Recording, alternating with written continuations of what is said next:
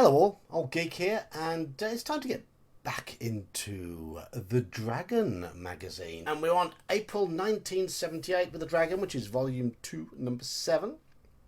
This is issue 13. Yeah, 13. Still $1.50, or I'm assuming it's $1.50 because they haven't put the dollar sign up there. You've got to assume it, ain't you? You've got to assume. So let's plow in.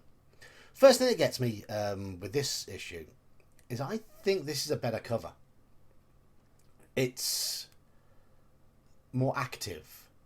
Yes, it's got bright colours. There's a big fight going on, and yeah, it's not over the top though. It hasn't got any of the garishness of some of the other covers. It's just done better. So, well done, whoever the artist is. I don't recognise yet. I like it a lot. So let's move on. Valpartha advert, Spring Revel. It's a convention of some sort. $3 for 2 days of convention. Those were the days. I think it's about £25 a day for the UK Games Expo. I'm not complaining, it's not too bad. Well, when you're paying £8 for a hot dog and £6 for a beer, it does add up a little bit. Right, okay, let's move on to the contents page. Okay, looking at Tim Kask's editorial. Okay, it's gone monthly now because there were six issues in the first year. So yeah, they're switching to monthly, hence a different number of issues towards the end of year 2. How heavy is my giant? Common sense physics for D&D. The Dragon's observance of April Fool's Day. Silly songs for D&D. Us. D&D us. Okay. I wonder if that's the first time that term's been used in print. Swords and Sorcery by Gardner Fox. Creature feature contest. Okay, paint that monster. Variants, Bionic supplement. Yeah. Demon generation, fooling players who've memorised G, DG, and H. Gods, demigods, and heroes. Okay, that's OD&D, isn't it? The Japanese mythos for D&D. Ooh. Ooh. Did that? I wonder if that leans into the Oriental Adventures book. Of course, that book raises the ire of some people. It was a love letter to what nerds enjoyed in the 80s. Anyway, Tolkien in D&D. Oh, yeah, I'm quite looking forward to this. Got food in my teeth. Right, I'm not going to read the rest of the intro from Tim. Sorry, Tim. I've just actually... One word has just stood out. Playboy. Yes. Yeah. Oh, Gen Con 10 was held at the Playboy Resort. Oh my word. Oh my word. I wonder if there's any stories to tell from that. It's got my mind a-wandering. Okay, let's look. How heavy is my giant? Meh, piece of art. Sutherland. By Schlump de Ork. Okay. Have you ever wanted to know how heavy a giant is or how much a giant can pick up? Loud refrain, anything he wants to. Anything he wants to within reason. There's no need to bring maths to the table to decide this sort of thing. Well, the little kobolds at TSR spent many hours of brain work and reams of paperwork to come up with an answer. Let me rephrase that. The little kobolds at TSR wasted many hours of brain work and wasted many reams of paperwork to come up with an answer. There's no need, go away. Don't care. Really, really do not care. And look at all this. It's like Monster Mark. Stop it. It's shit.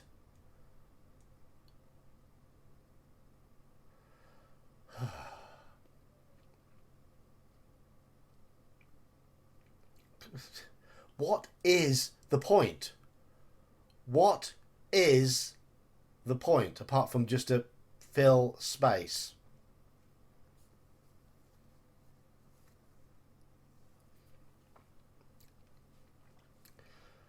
Okay, this is more like it. Tolkien in Dungeons and Dragons. Gygax always played down the influence of Tolkien in D&D. Yes, elves were different, but the idea of three types of elf, the grey elf, the high elf, the wood elf, Sylvan elf, Sindar elf, Noldor elf, three types of hobbits, slightly different names, still three types of hobbits with similar characteristics. Demons, Balor, type 6 demon. Balor, Balrog. Ents, tree ents.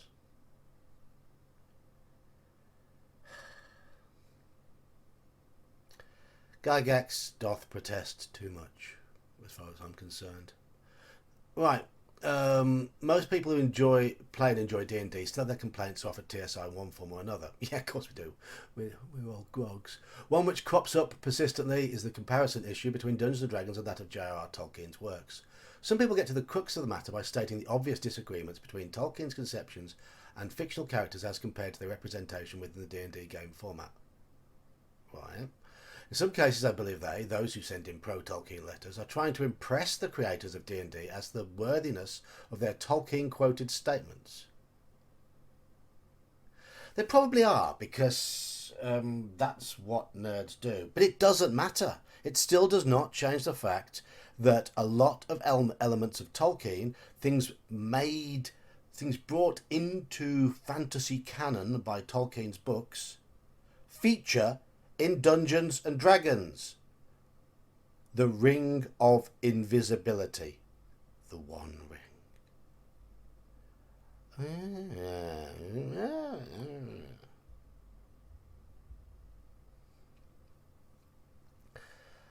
Yeah.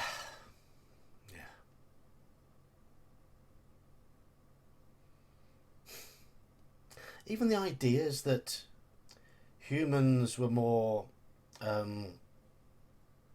driven because of their shorter lives, and dwarves were dour and sturdy and found in the mines, and elves were more flighty and cared less about the manners or otherwise of the mortal races.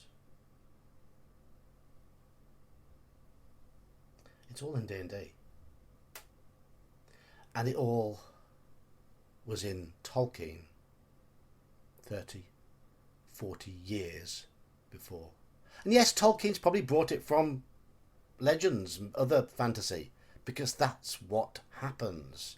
You find something mythological from stories in the past and you twist it to create your own. Well, we all borrow from other sources. As DMs, we borrow, we steal, plagiarize for our own games, because it's a sign of a good DM. Find something you like, get it in the game. You can't think of everything yourself. Anyway,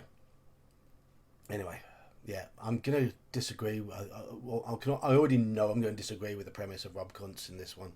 Be careful how I say his name, because that is a bad swear word. Anyway, before I annoy people, the bionic supplement. Why is it so small, Mommy? Why is it so small, honey? Shh, because it's transistorized. No, that's just how it is. It's not been changed. That's just how it is. Put up with it. It's not the size that matters. Yeah, bionics, not interested. Option demon. Now here we go. Demon generation. There's no reason why demons in D&D must be limited to the types in Eldritch Wizardry. Of course not. If those nasties only whetted your appetite for more, the following guidelines can be used to generate an unlimited variety of new demons to plague your players. Oh, goody. I prefer devils, but demons are awesome. There's Orcus. Orcus over there. Look at what a majestic torso. I quite like that. I like that image, though. That is a traditional Orcus, isn't it? Yes, with his demon dragons around him. Winged horrors. Lovely, lovely. And here we have abilities, level 1, level 2. Ah, right. This is... Hold on. This was 1978. Hasn't the Monster Manual already come out by now? With the Type 1, Type 2, Type 3, Type 4, Type 5 and Type 6 demons in and demon princes? Is this just sort of demonstrating the methods they use to put those demons together? Maybe? If so, good.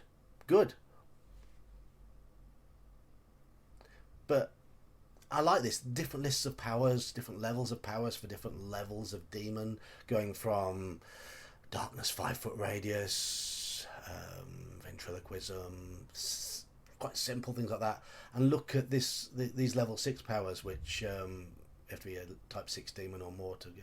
You've got feeble mind, rotting disease, grant a wish, aging touch, death spell.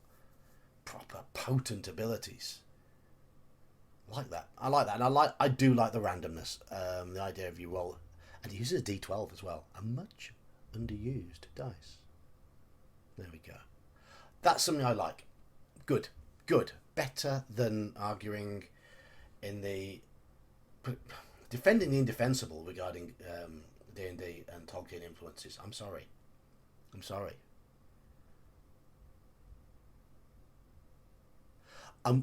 Yeah.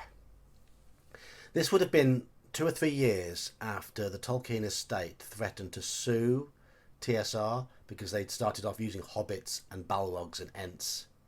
So I'm guessing this is all due to ill feeling. Yeah, they did it to us, so let's get them back. Yeah.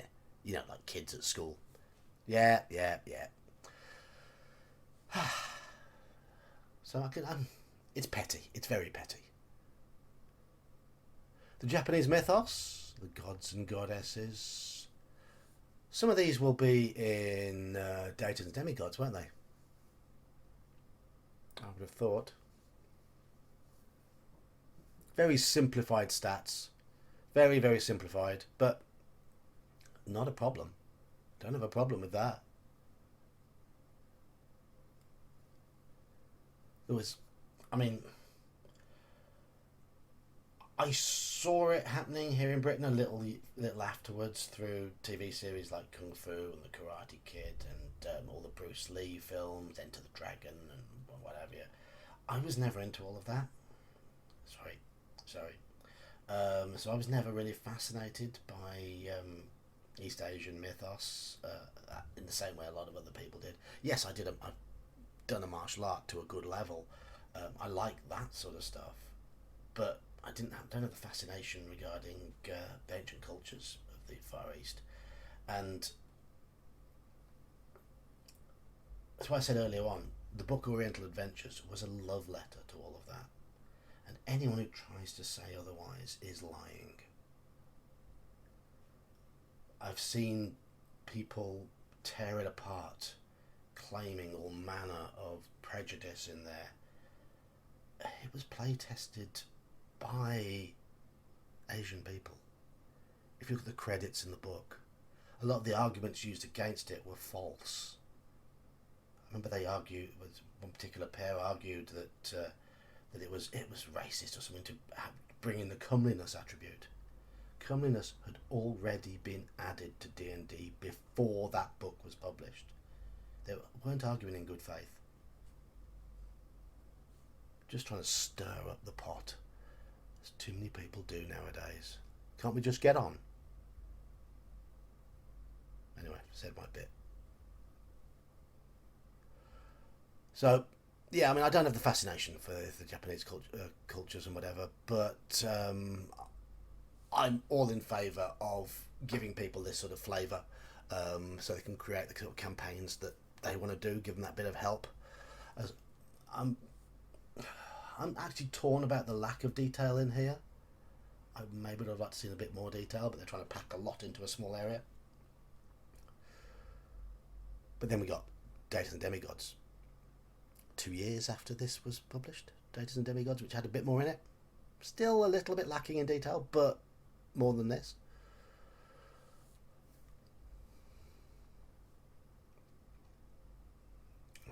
Oh, there's quite a few. I mean, there's a lot of stuff here. It's just that the descriptions appear to be lacking. Look at this. Kintaro has marvelous golden skin. He is known for his tremendous strength and loyalty. Eventually, he became a warrior for Yorimitsu. I suppose, yeah, I mean, yes, the golden boy. Okay, you've got enough there with the stats as well. He's very strong. He's highly charismatic, so your attention is drawn to this golden youth. His skin dances in the sunlight. He looks fit, healthy, a fine warrior. And does he bear the emblem of Yorimitsu, maybe? That's enough. It's enough to set the imagination going, so I'll keep going. I'm using a different version of Debut to record this, and I can see I've got my little video length counter in the corner. It's telling me how long I've been waffling on for. Very nice.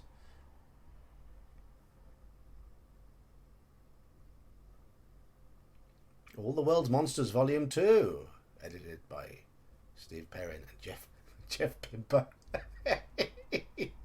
Sorry, your name's funny. Your surname is funny.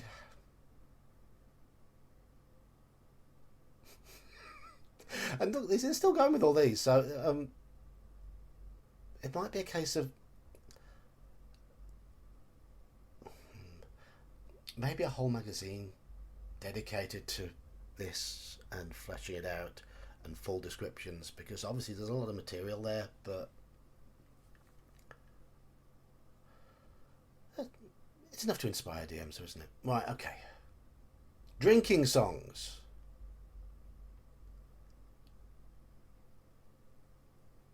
Let's have a look. Cell of mine, it's a lovely home. I will not roam, but stay here in my domain and guard all the gold in the marvellous chest. It's worth more than Croesus' store, or the glories of Rome in my lovely home. Slimy walls and 17 stalls, one who calls, I'm a mason who drawls to me, Vincent Price and E.A. Poe would be at my home with the mortar and loam and my 16 small stalls in my slimy old walls. Oh, it tells you to the tune to sing it by. I'm not going to sing it. I'm not going to sing it. I don't know two of these tunes. So drinking songs. To go down the tavern and drink. Oh, I know this one. It's a long way to Tipperary. I'm still not going to sing.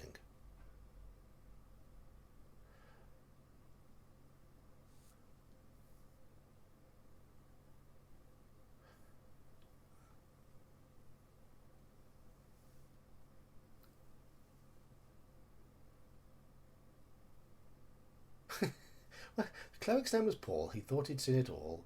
Bing clad de Villiac, we'd hit him with a wall. Hobbit tried to sneak just to take a peek. Bing clad de Villiac, when you squeeze the kid, he'll shriek. Fighter had a sword named Moncur du Nord. Doesn't rhyme. It's French. Nord. Du Nord. It's not Nord. No, it's Nord. Moncur du Nord. Fighter had a saw named Moncur du Nord. That's a different connotation. Right, let's keep moving. But yeah, that's a bit of silliness. So that's absolutely fine. Bit of humour. Warlord correcting a few flaws. Warlord, properly known as the Warlord game, came out this summer past and has failed to receive much recognition or comment. This game deserves better than to fade into obscurity through lack of attention. Granted, there are a few problems, but none of these are unsurmountable, as can be seen by this article. If there are problems, it should have been properly play-tested. Tim Kask obviously likes it. You shouldn't have to do all this. If you pay for a game, you shouldn't have to do all this to make it playable. If it's done badly, let it die.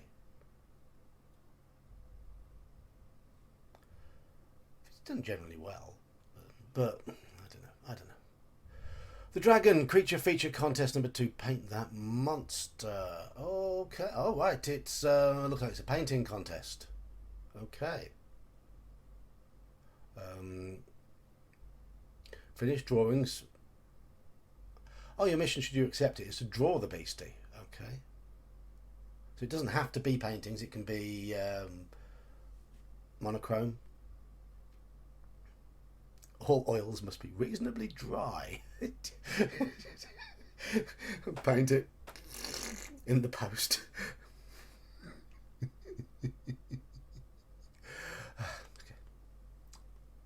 More adverts, more adverts. A Stolen Sacrifice by Gardner F. Fox.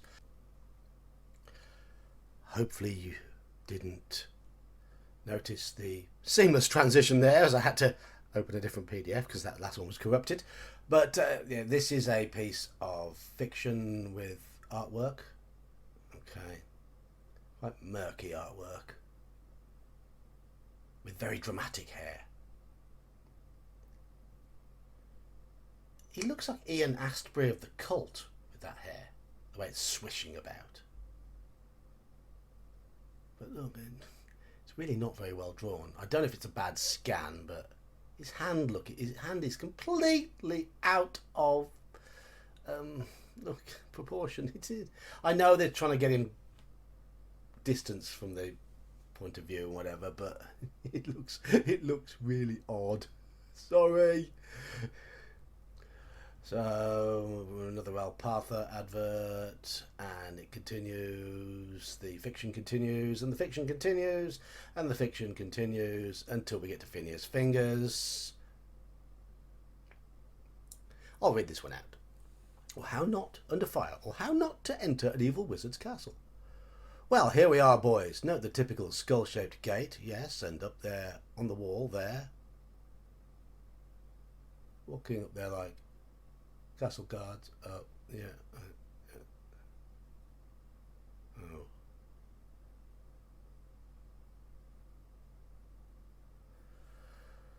No, I don't think that's particularly funny. No. Let's see if Wormy's better. What's the matter with that crazy dragon? Why don't he just flame the stupid dwarf? Shucks, Frank, that wouldn't be very sporting. Yeah, well, trying to stomp him ain't much sporting. That depends on how many worm he started with. He was doing enough dancing around there to have a squashed up squad of them little munchkins. Goddamn, Dudley, you're probably right. Let's go grab a few before the aroma gets around. Did you bring a shovel? Wait a minute, sniff, sniff. Is that dwarves I smell or just wild onions? All I can smell is your wild imagination. I tell you, I smell dwarves. Sniff. Wormy must have flamed a few to start with. They smell kind of fried. Arf. What are you arfing about? They'll already be cooked up, ready to eat. Ha! Have you ever tried peeling hot chainmail? I thought I smelled onions. Barbecued dwarf burgers. Okay? Yeah, barbecued dwarf burgers. Oh, I thought I smelled it. I thought I smelled onions. Okay, so I guess that's going to continue onwards. They are serving up dwarf burgers. Good, good. Meat will be a little bit hairy. Winners of Creature Feature Contest. Notes for semi-successful D&D player. James Ward. James Ward. Recognisable name. Is this successful as in tournament success? Because a successful D&D session is one in which you have fun. And you could die along the way. Yes, you can say, oh, we got out with lots of treasure, that's successful. But if you had fun, then it's a successful game. There's a difference between player success and character success. Yeah. But you don't need character success to have player success, in my opinion. It can be fun to just everything to go completely wrong. But these are like tips, like use of the polymorph spell, get vampires and garlic, steel potion bottles. Yeah, completely ends the chance of them breaking. Okay. Yeah, I hadn't thought of that one. Monsters and more monsters. Advertising the Monster Manual with a carrion crawler. Good. And I think we're just about at the end of it. Yep, that ends it. I think that's a bit of a mixed bag. I'm going to call nonsense on that Tolkien thing. Got no interest in the cyborgy stuff, and no interest whatsoever in D&D physics. That's just waste of time. Absolute waste of time. But the idea of bringing in sort of a lot of Japanese mythos stuff, yes, it was probably, it's in implementation, it was a bit lacking. It could do with a bit more detail, there's a bit more of the page count. But it's a really, really good idea. The fiction was just too long for me, as always. I'm not a fan of that. And the songs, yeah, they were fine. But I thought this was going to be a good edition from, I mean, if you look back here, good cover. I thought this looked like it could be interesting from the contents. And Demon Generation, that's the bit, yeah, that's good. That's really good. I like that. It's, as I say, it's a mixed bag, I'm afraid. There have been better editions for me personally. Of course, you might want to know how many kobolds an ogre can carry, or how many kobolds it takes to lift an ogre. I don't care. I really don't care. Play it by ear in the moment.